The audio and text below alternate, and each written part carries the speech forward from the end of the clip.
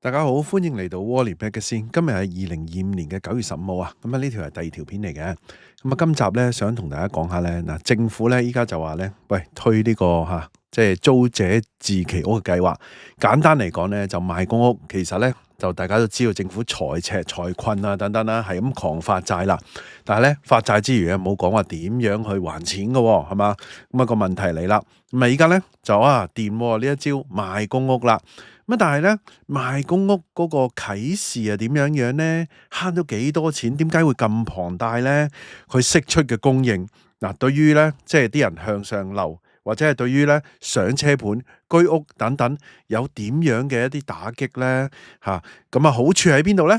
不如去片咧同大家咧講下啦。喺開始之前，希望大家免費訂閱我頻道 ，subscribe 我 channel，comment like 同埋 share 埋俾你朋友啊！如果可以嘅話咧，免費 join 埋我 Patreon 作為後備。行有餘力嘅話咧，可以喺 Patreon 嗰度咧每個月請我飲咖啡嘅噃。另外咧，我有個最高級別嘅會員，有額外嘅內容啊，敏感嘅議題同埋一啲付費嘅內容俾大家嘅。多謝大家。好簡略同大家講下個 background 啦。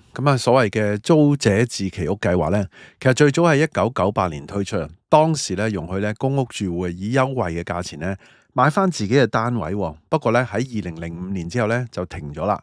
直到今日咧仍然仲有咧大概3萬個咧未售嘅單位，分佈係咧39個屋邨嘅。近年咧政府有將部分嘅未售單位咧拎去做居屋，放喺綠置居計劃入邊咁樣賣出去嘅。根據消息啦，有啲訪問嘅消息人士啦，新一份嘅施政報告咧可能會以小規模嘅形式，房委會咧會揀幾條屋邨，先諮詢咧居民嘅意願啊，然之後咧再決定推唔推行咁樣嘅。據了解咧，會優先考慮樓齡20至30年，甚至乎咧20年樓下嘅一啲屋邨啦。因為咧租戶相對年輕，仲有經濟能力買樓喎。仲有經濟能力呢啲啦，即係有機會向上流呢啲啦，因為年青啊嘛，係嘛？至於咧價錢專家認為至少咧要收翻建築成本，但係咧折扣率有幾多咧就好難一刀切嘅。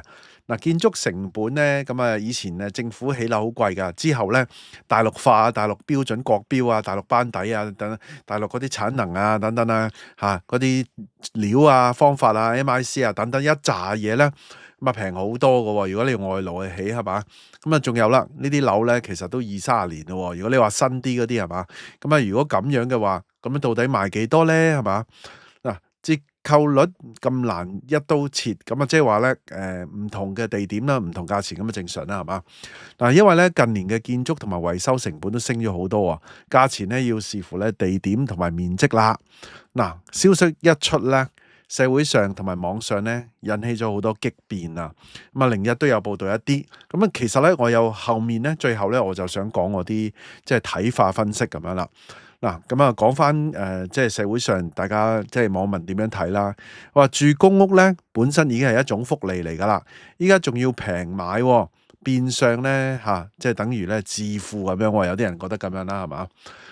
經會帶嚟咧炒風，打擊嘅二手居屋同埋咧私樓市場。帶嚟炒風又打擊呢個二手居屋市場。呢個有啲矛盾喎，係嘛？你係咪驚公屋炒風啊？你炒風向上炒啊嘛，照計係嘛？點會打擊呢個市場呢？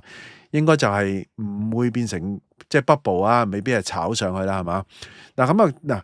公屋係咪福利呢？我又覺得就其實本身係福利嚟嘅。平買咁有乜問題呢？佢有個資格限制噶嘛，係嘛？即係唔係任何香港人都即係你好有錢都可以去買噶嘛，係嘛？新加坡夠差唔多全民咧都享受呢個咁嘅福利啦。另外一個說法就話咧，依家咧成日就捉富戶濫用公屋。啱啱咧仲有一對即係精神病嘅母子啦，睇唔開啦，後尾揭發我都拍一條片啦。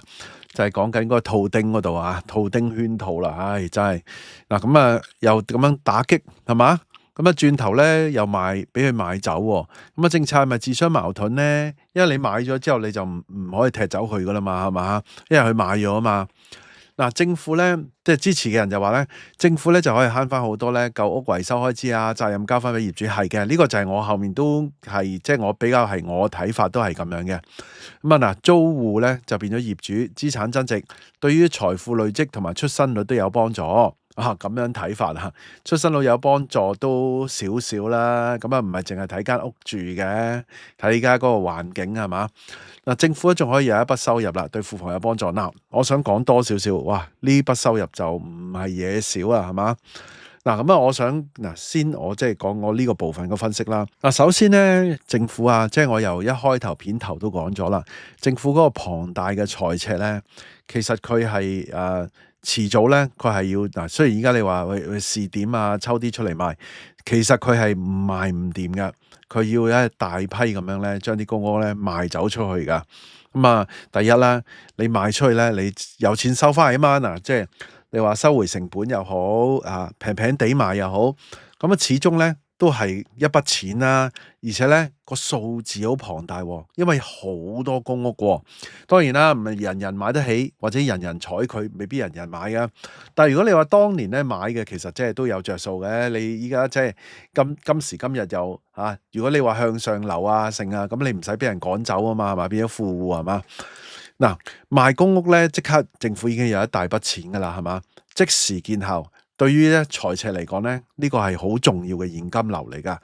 咁啊係一個好嘅，即係對政府啊。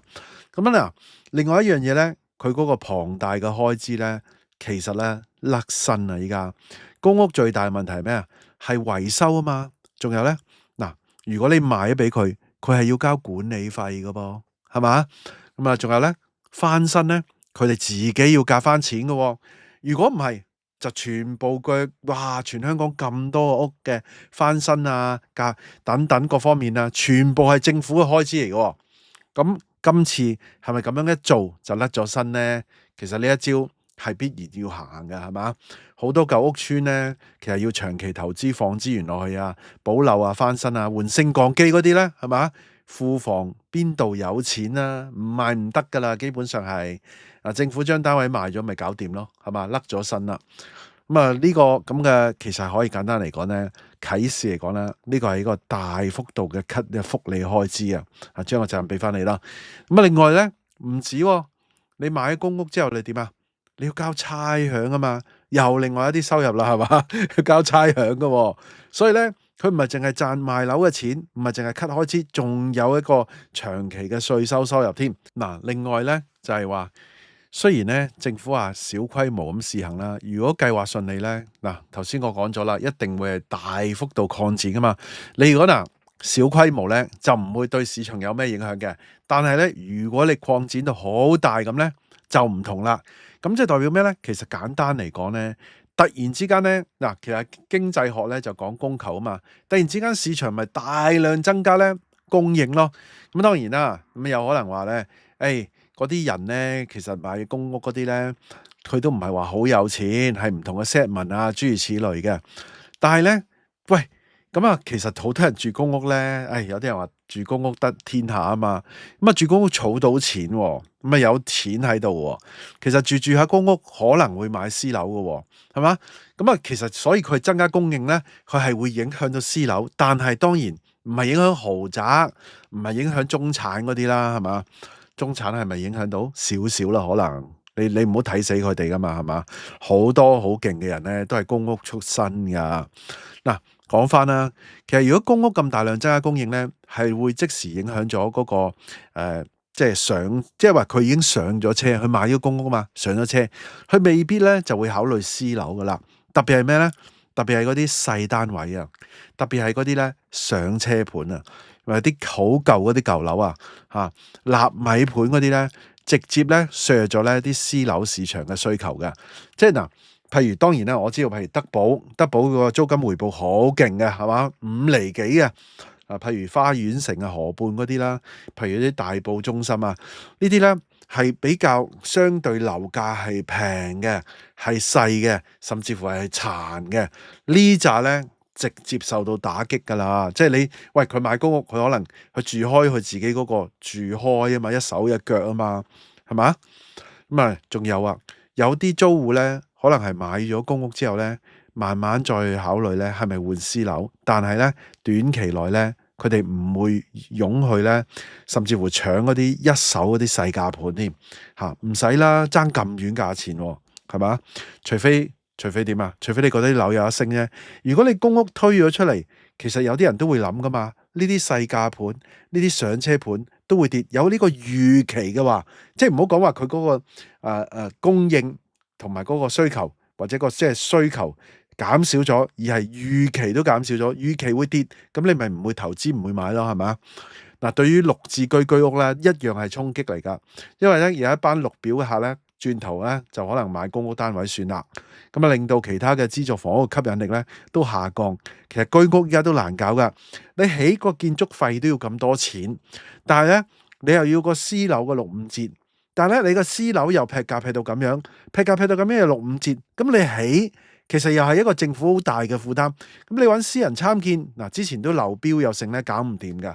咁所以咧，即係我都講過，居屋係夾薪階層係好，但係佢嗰個計唔掂數啊嘛。嗱，咁啊對私人市場同埋對即係兩邊咧都睇咗啦，即係大家都即係我自己覺得咧，即係如果住開公屋咧，佢賣出嚟幾廿萬咁樣咧，其實係真係值得買嘅喎。我覺得即係你當呢個福利鎖定咗，話其實我都覺得佢算係一種福利嚟嘅，即係咁講嚇。即係但係佢話要收回建築成本，我就唔知佢賣幾多錢啦。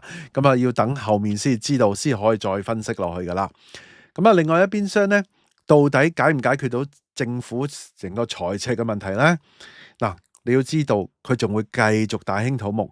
仲會繼續揾大陸公司起嘢，起呢樣起嗰樣嚇，跟住仲要好多嘅融入大灣區嘅好多嘅大型嘅超巨型嘅工程噶啦，使錢咧一定會再使落去使好多噶啦。